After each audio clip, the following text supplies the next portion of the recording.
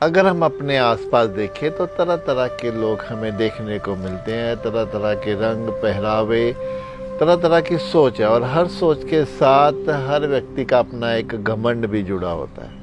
उस घमंड को अगर हम देखें तो किसी को सफलता का घमंड है, किसी को पैसे का, किसी को अपने पद का, किसी को अपने ज्ञान का, किसी को जाति का, और किसी को अपने धर्म तक का घमंड है। अब ये घमंड जो है वो उसके स्वभाव में, व्यवहार में, वाणी में हमें साफ देखने को मिलता है, लेकिन उस व्यक्ति को पता नहीं चलता है जो इस घमंड में लिप्त होता है।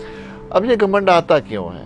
अगर ध्यान से देखें, बचपन से ही हमारी जो एक धारणा हम अपने लिए बना लेते हैं, जहाँ हमें लगता है कि हम कर्ता भाव है, मेरे कारण ये सब हो रहा है। अब एक परिवार में अगर कोई कमाने वाला है तो उसको अक्सर ये घमंड आ जाता है कि अपने ही परिवार को मैं पाल रहा हूँ, जो भी है वो मेरे करके ही है, उनकी सुख सुविधाएं मेरे कारण है। जब ये सोच लेके चलते हैं तो वो एक घमंड उसमें आने लगता है और वो अपने ही परिवार के सदस्यों को डोमिनेट करने लग जाता है।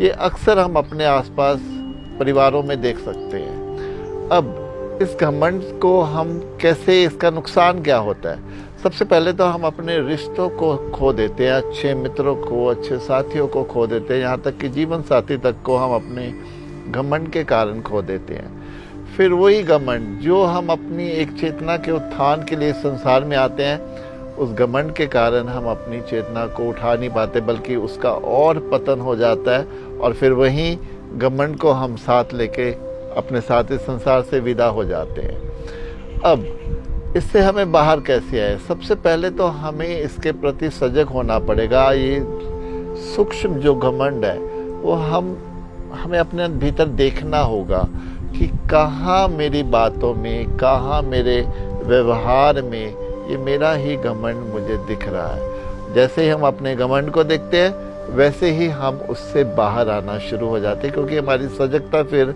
हमारे घमंड के प्रति आनी शुरू हो जाती है। और हमें याद रखना चाहिए कि ईश्वर को भी ये बिल्कुल भी मंजूर नहीं है कि हम कोई घमंड लेके चले, क्योंकि हम कर्ता भाव नहीं है। जो भी यहाँ पे करता है वो ईश्वर ही है। इस संसार में उसके बिना एक पत्ता भी नहीं हिलता। अब अंत में मैं कहना चाहूँगा, अध्यात्म की रास्ते पे चलना है। ईश्वर को जब हम समर्पण करके चलते हैं, एक भक्ति भाव लेके चलते हैं, उसकी रज़ा में राज़ी होते हैं, और हमें ये पता है कि जो हमारे जीवन में मिला वो उसी ने दिया है, जब ये हम भाव अपने भीतर रखते हैं तो फिर हमारे जीवन में घमंड की कोई भी गुंजाइश नहीं रह जाती है।